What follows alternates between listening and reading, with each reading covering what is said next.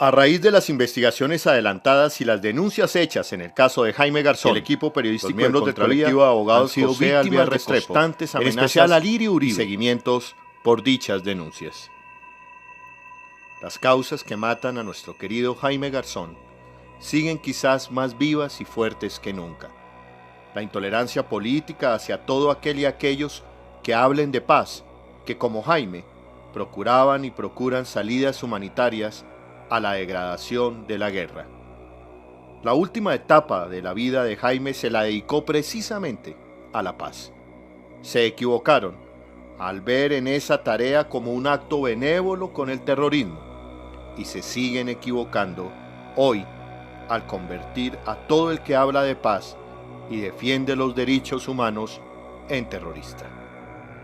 No puede haber mayor atentado a la seguridad nacional de un país que los constantes ataques a la defensa y a los defensores de derechos humanos.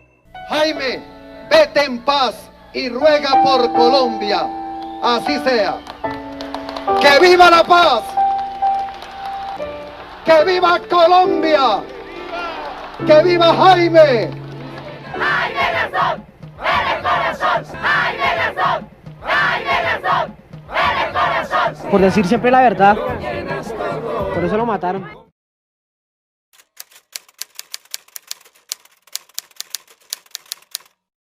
¿Quién ordenó matar a Jaime Garzón?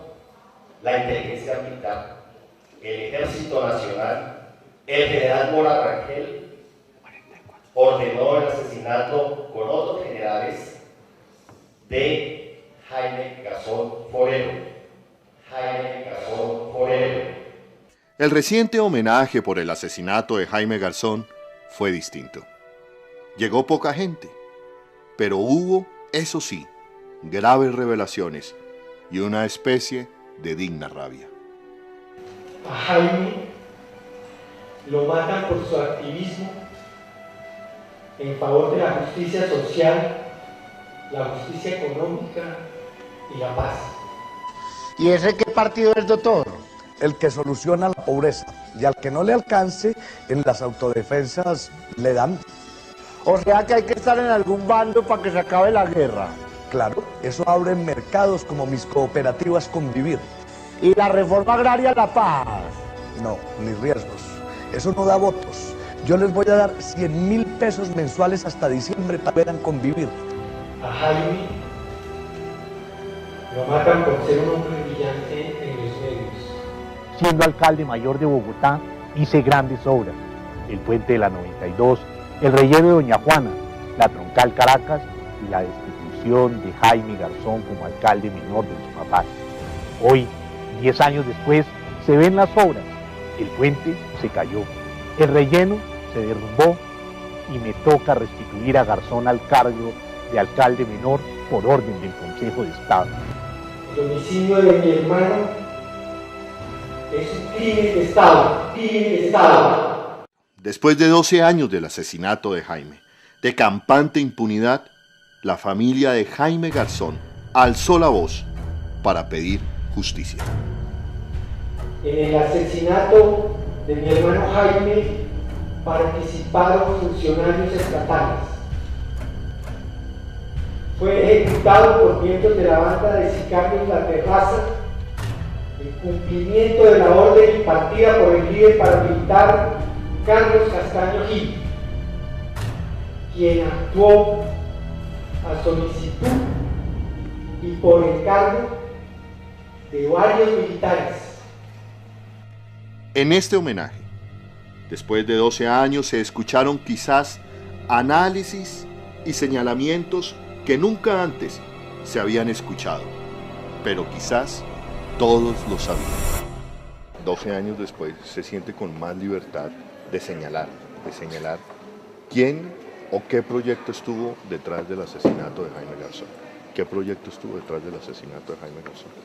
El proyecto de una ultraderecha asociada a organizaciones criminales íntimamente, que además fue eficaz y contundente. Yo creo que 12 años después comenzar la investigación es algo bien ridículo, pero comenzarla con investigadores principiantes de la Fiscalía, pues es todavía más ridículo y es seguir en la misma farsa de investigación. Es decir, tratando de decir si hay un expediente, pero sin tener la obligación de mostrar ningún resultado.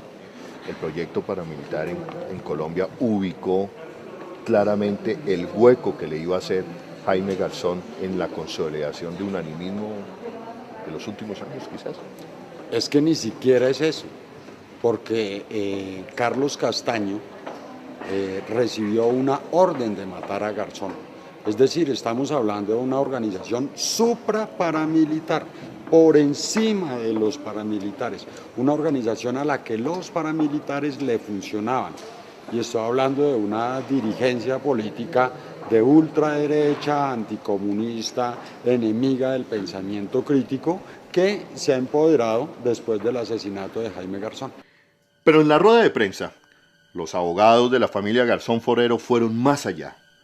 Se escuchó un señalamiento contundente que respondía a esa hipótesis que hace 12 años se dijo, se mencionó, pero que la Fiscalía no quiso investigar y que solo hasta ahora toma fuerza. Esa hipótesis señala a una ultraderecha colombiana, a militares y políticos involucrados en el asesinato de Jaime Garzón. ¿Quién ordenó matar a Jaime Garzón? La inteligencia militar, el Ejército Nacional, el general Mora Rangel ordenó el asesinato con otros generales de Jaime Garzón Forero. ¿Por qué sostengo que fue el general Mora? Desde el primer día, Alex el compadre y la banda a la terraza, cuando se toman una emisora de televisión en Medellín, señalaron que efectivamente ellos habían asesinado a Jaime Garzón y que efectivamente ese asesinato lo había ordenado Carlos Castaño, que fue condenado a 38 años y que había sido orden de quienes manejaban ese títere, e hizo referencia de manera expresa al general Mora Rangel como el que manejaba al títere, que era Carlos Castaño, y que era el general que estaba indispuesto con todas las actividades que hacía en pro de la paz y en pro de la seguridad. Es decir, hace 12 años se planteó la hipótesis, la línea de investigación que detrás del asesinato de Jaime Garzón estuvieran militares. Y la plantearon no precisamente organizaciones de derechos humanos, la plantearon un exministro de Estado y un futuro vicepresidente. Pero esa línea de investigación no se investigó. Y es claro y está aprobado en el expediente que tan pronto Luis Eduardo Cifuentes, alias el Águila, le informó a Jaime Hernando Garzón Forero que Carlos Castaño, por órdenes de militares, lo habían declarado objetivo militar, inmediatamente lo puso en conocimiento de todos los colombianos. Sabía que lo iban a matar ese viernes. Él me comentó, el juez me dijo, hasta mañana tengo plazo de vida, que a mí me parecieron unas palabras muy duras, que una persona que sabe que lo van a matar lo diga tan fresco, mañana me van a matar.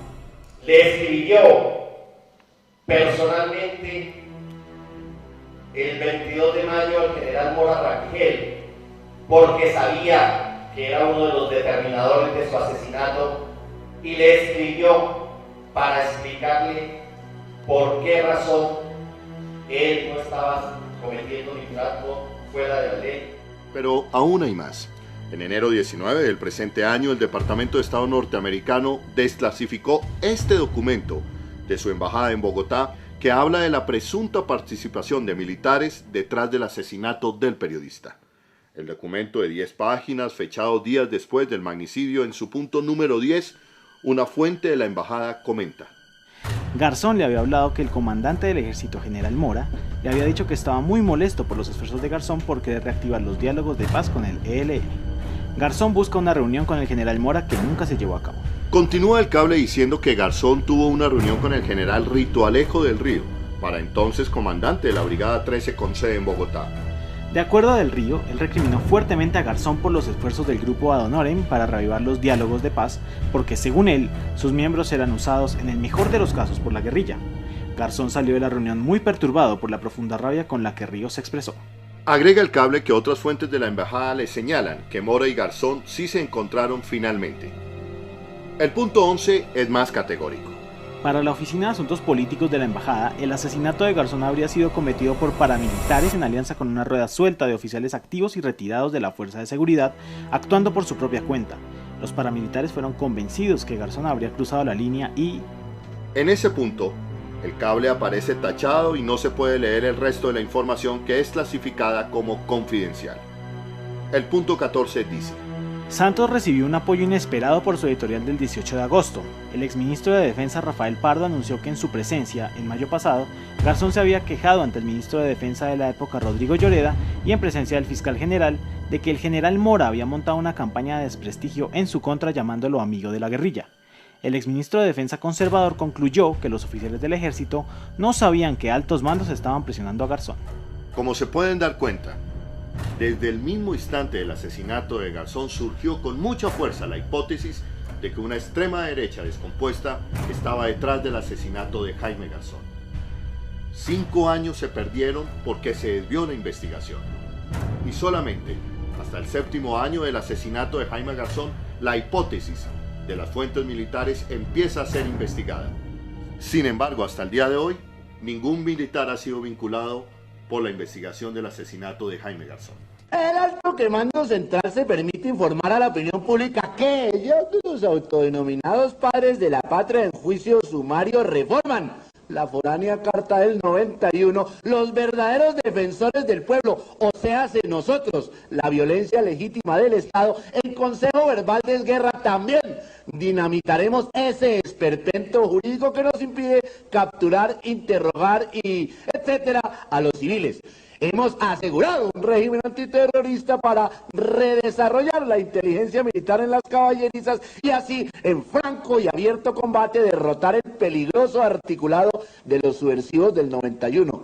No nos raparán el sagrado derecho a operar y juzgar dónde y cómo a quien sea. Estado de Derecho, romper filas, jueces civiles, retirarse. Jaime Garzón le dijo a sus mejores amigos, entre los que se encuentran embajadores, ministros de Estado, que lo iban a matar. Por más influencias, amistades de alto rango y haber contado a los 4 vientos lo que sucedería, fue imposible detener el gatillo que tenía marcada la hora y la fecha. Oiga, me falta un fanfarriazo. Un fanfarriazo. Y me quedan 5 minutos. Tiene 2 alternativas. O canta o recita. O canta o recita. ¿Qué quiere? Canto. O baila. ¿Qué canta? Canto y bailo. ¿Qué canta? ¿Y qué baila? Canto, bailo y recito. Entonces, ¿qué quiere hacer? Canto, bailo, recito y me voy. Y se va. Y me voy. ¿Sigue nervioso, no? Uy, hartísimo. No, pero diga la verdad. Tenaz, sí, diga la verdad. Quiero morirme de manera singular, ¿es así? Dele a ver. Va, bueno. Vaya a ver. Va. Dale, marca, canela.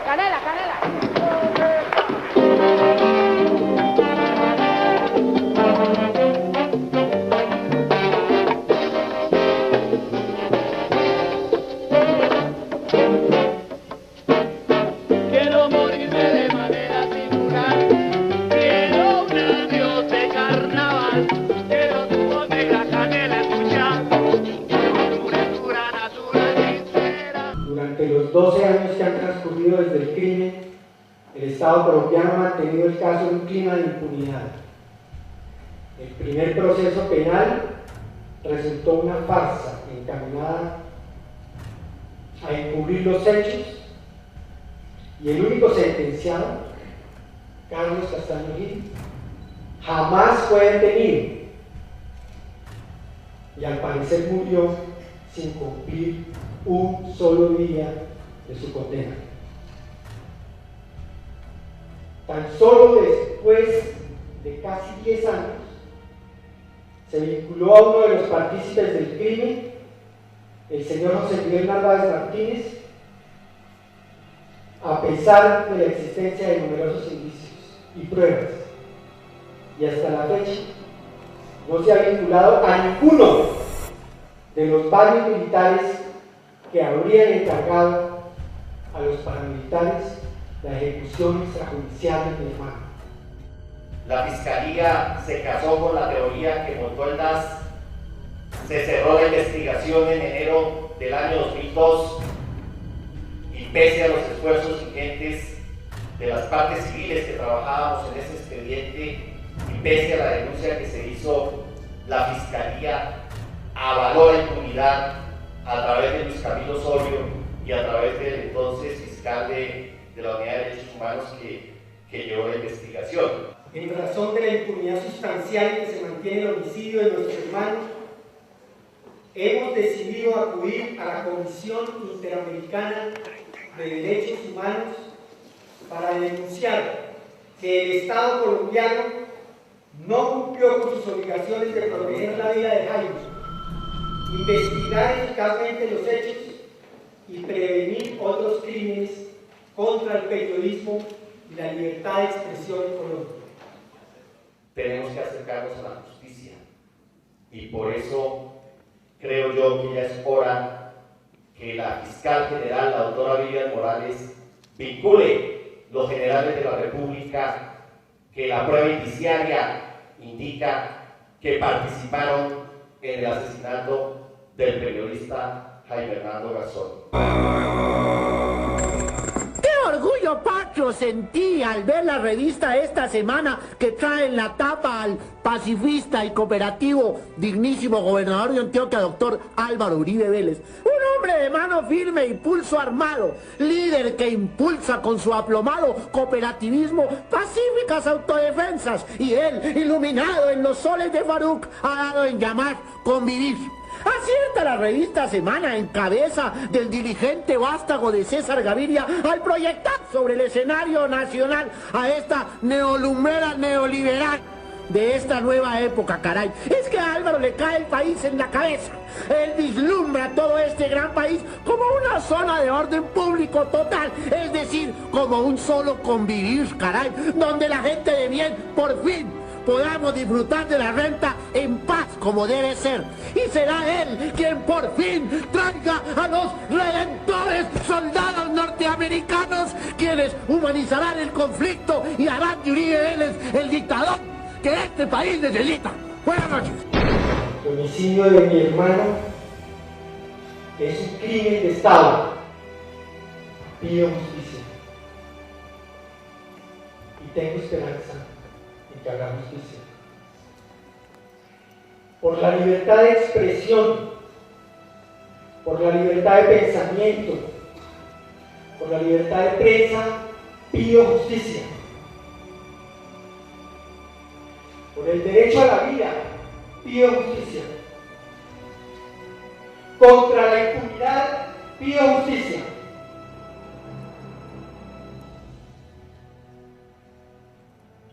Porque Colombia necesita y merece saber la verdad.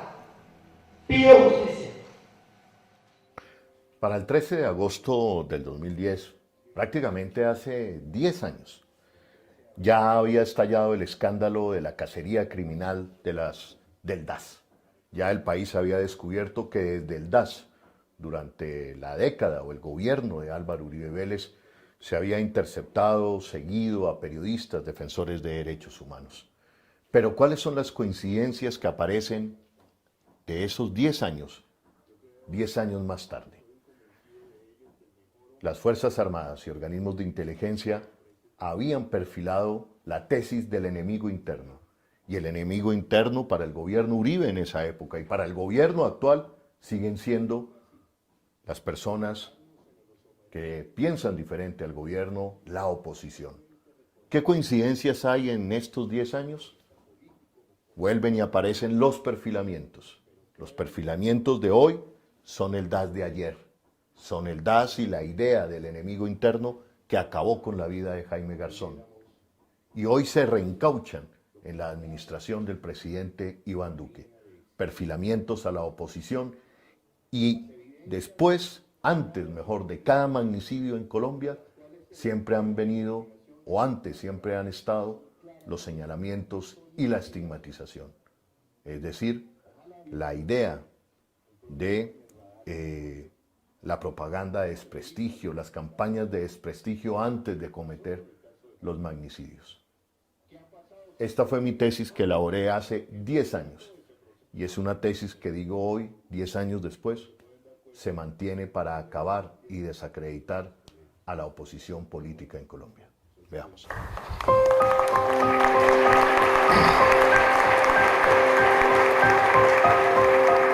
Siempre que llega el 13 de agosto, los colombianos asistimos a recordar la memoria de Jaime Garzón. Pero también hay algunos de nosotros que somos muy críticos en la manera en cómo se recuerda hoy el trabajo, la vida, la memoria de Jaime Garzón. Yo creo, y soy un convencido de ello, que el mejor homenaje para Jaime todos los 13 de agosto es el exigir justicia. Exigir justicia. Y es muy fácil quedarnos en los homenajes, en la memoria, solamente recordando su brillantez como humorista político, como crítico político. Pero creo, y con todo respeto y cariño le digo a mis colegas, especialmente de Caracol, que ojalá hoy viéramos especiales, documentales, en la línea de exigir justicia. Las evidencias claras y concretas que por las cuales se desvió la investigación del caso Jaime Garzón son claras hoy, son nítidas hoy. Ojalá viéramos hoy un programa en el radar esta noche, una entrevista con el fiscal general diciéndonos qué pasó con el caso de Jaime Garzón. ¿Qué ha pasado, señor Luis Camilo Osorio?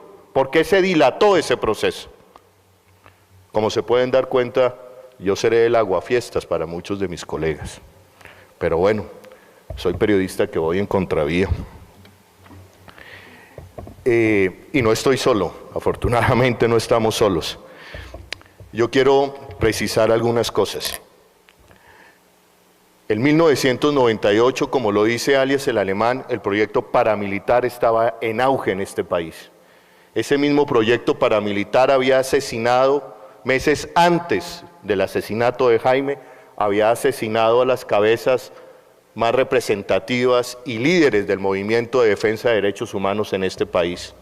Eduardo Umaña Mendoza, Jesús María Valle y aquí en Chapinero a la familia Calderón, a Mario y Elsa Calderón.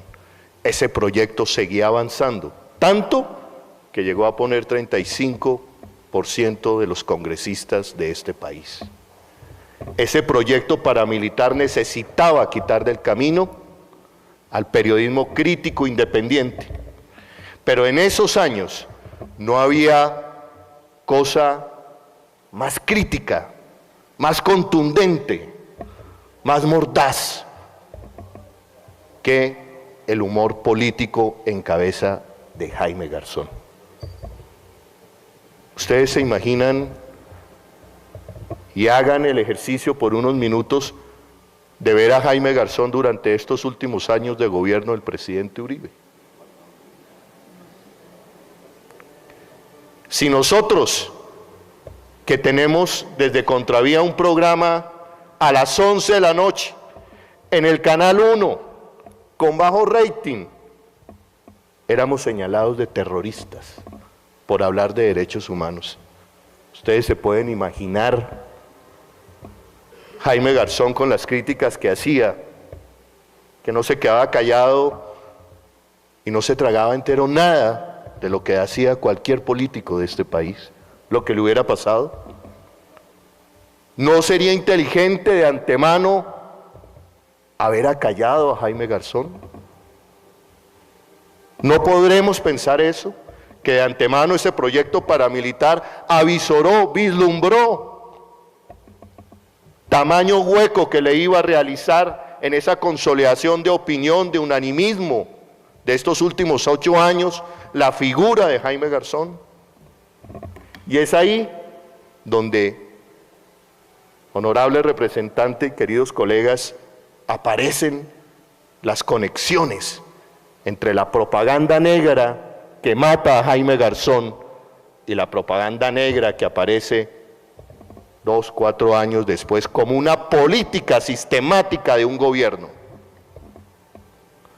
A Jaime Garzón, dice HH, lo dijo aquí Marisol hace unos minutos, todo el manto de mentiras que tendieron alrededor de él, que negociaba con secuestros, que era miembro del ELN. Por ahí hay un librito que dice todavía en 2 líneas eso. Me recuerda a Marisol que José Obdulio Gaviria dice que ese libro es excelente.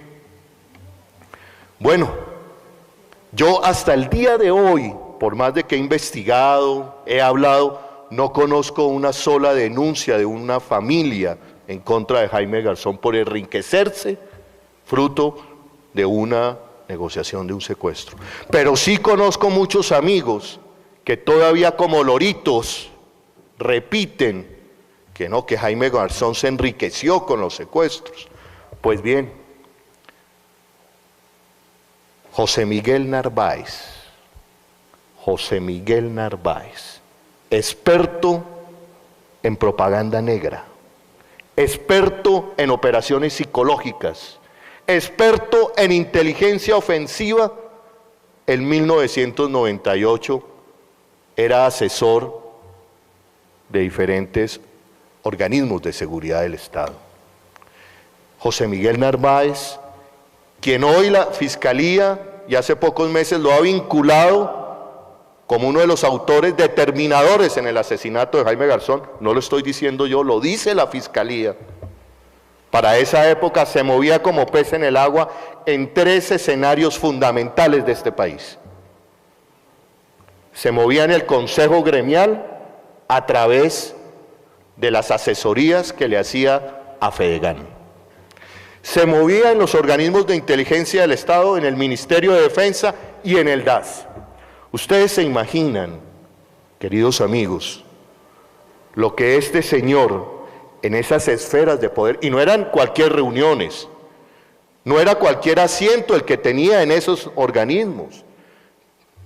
En varios organismos tenía poder de decisión, era escuchado, era asesor, o como dicen los paramilitares, era el enviado del cielo.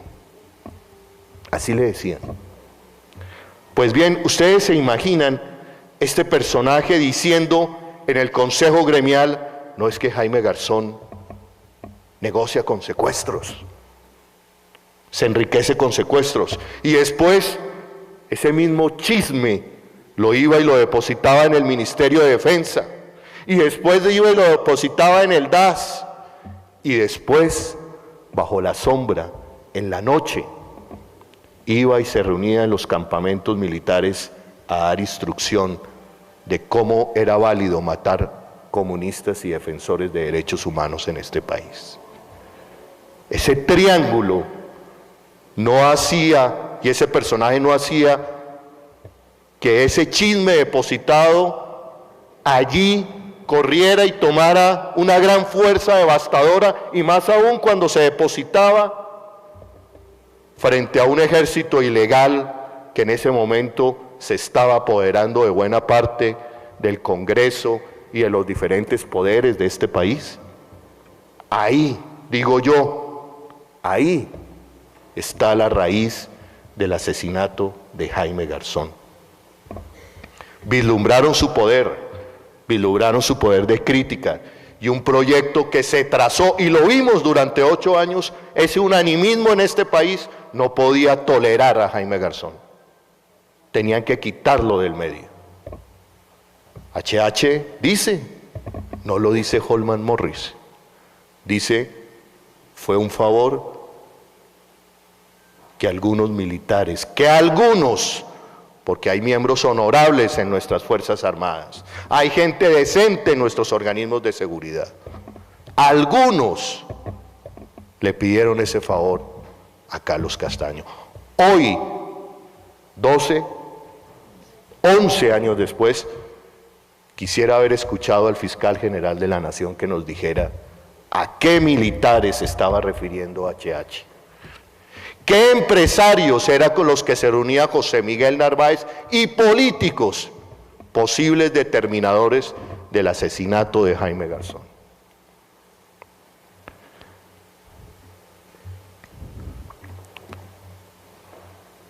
En síntesis, si se me permite, esa propaganda negra, esa estigmatización generada o depositada en diferentes fuerzas de poder de este país, mata a Jaime.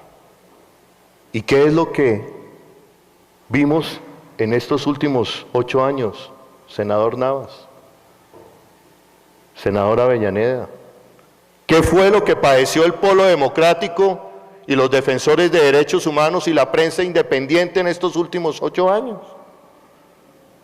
Un gobierno que mañana, tarde y noche, de manera sistemática, estigmatizó la defensa de los derechos humanos, estigmatizó al periodismo crítico e independiente, estigmatizó a los líderes de izquierda, a los líderes sociales y a la oposición política en Colombia. Eso, mi querido Cristian, eso acaba con la vida de las personas en este país. Eso acaba con la dignidad y la credibilidad de las personas en este país. Eso acabó con la vida de diferentes líderes de derechos humanos. Eso acabó con la vida de muchas de nuestras familias. Porque esa estigmatización, ese decir que pensar diferente era ser aliado del terrorismo, llegaba todos los días en mensajes concretos y directos como órdenes a las fuerzas de seguridad del Estado colombiano, especialmente al DAS. Y así fue como se desató en cabeza del señor José Miguel Narváez, subdirector del DAS en la administración de Álvaro Uribe, así fue como se desató la peor cacería criminal de la última década contra el pensamiento diferente en Colombia. La misma que mató a Jaime Garzón, pero llevada al cubo, con poder, con políticas, con medios de comunicación.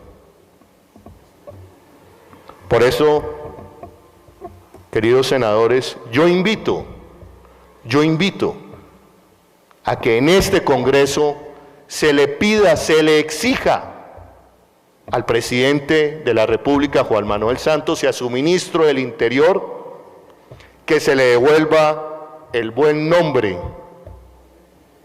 a las organizaciones y a las personas que fuimos señaladas y estigmatizadas durante los últimos 8 años de gobierno de la administración Uribe. Que se nos devuelva en algo la calma que nos quitaron como familias y como ciudadanos por pensar diferente. ¿Cuál fue el pecado de Contravía, queridos amigos? ¿Cuál fue el pecado de Claudia Julieta Duque, periodista que ha desentrañado junto a los abogados del colectivo de abogados José Alvear y a la Comisión Colombiana de Juristas, que han desentrañado el caso de Jaime Garzón? El pecado fue haber señalado que el DAS estaba detrás de esto. Y por eso desataron una feroz cacería contra sus familias, contra nuestros hijos menores de edad. Así no se construye democracia. Así no vamos a encontrar el país que queremos de todos y todas. Así, queridos amigos de los medios de comunicación, hoy deberíamos estar haciendo ese tipo de relaciones. Las implicaciones que ha tenido la estigmatización. La estigmatización ha debido salir en los balances que se le hicieron al presidente Uribe. Nunca apareció la estigmatización y señalamiento al presidente que el presidente hizo en contra de nosotros. Eso no apareció en los balances. Perdónenme que me haya extendido, pero sobre todo emocionado. A 11 años de la muerte y no fui un gran amigo de Jaime. No fui el amigo de parrandas, ni el amigo de cócteles, no. Fui un amigo que por ahí pasó, pero sí un periodista consciente del magnicidio y del daño que se le hizo a este país con el asesinato de Jaime. 11 años después, queridos colegas periodistas, debemos estar pidiendo justicia y haciendo las investigaciones y señalando responsabilidades en este caso. Por eso, queridos amigos, seguiremos en Contravía. Gracias. Se van a cumplir 21 años del asesinato de Jaime Garzón. Ha sido declarado magnicidio y ha sido condenado por este asesinato como uno de los determinadores intelectuales José Miguel Narváez, que en el 99 era instructor de la escuela militar, pero después en el gobierno de Álvaro Uribe Vélez se convirtió en el subdirector del DAS y a través de él se dirigió la más infame persecución criminal a líderes de la oposición, ONGs y periodistas. Pero surge aquí las inquietudes. ¿Fue una decisión solo y exclusivamente de José Miguel Narváez o fue una orden tomada en una junta militar como aparece en los expedientes? ¿Quiénes hacían parte de esa junta militar o si hubo generales que dieron la orden del asesinato de Jaime Garzón? Y es más, aparece una línea de investigación que no se ha elaborado, que no se ha investigado, que es la tesis si hubo empresarios y políticos involucrados en el asesinato de Jaime Garzón. ¿Por qué lo digo? Porque a nadie le cabe en la cabeza que José Miguel Narváez haya sido el único determinador intelectual del asesinato de Jaime Garzón. José Miguel Narváez se movía en el Consejo Gremial, en el Ministerio de la Defensa, era amigo de Marta Lucía Ramírez, de Fabio Echeverri, en fin. Se tomó la decisión del asesinato de Jaime Garzón con una junta que estaba alrededor de Carlos Castaño y de la cual hacían parte empresarios y políticos, como él señala en el libro autobiográfico Mi vida de Carlos Castaño, que tenía un grupo de asesores para tomar este tipo de decisiones. Sin lugar a dudas, el asesinato de Jaime Garzón sabían quienes lo ordenaron y lo cometieron que iba a estremecer el país como efectivamente lo estremeció. Al cumplirse próximo 21 años de su asesinato, Colombia va a empezar a exigir estas respuestas y estas claridades. Soy Holman Morris y aquí termina un especial más del Tercer Canal. Buenas noches.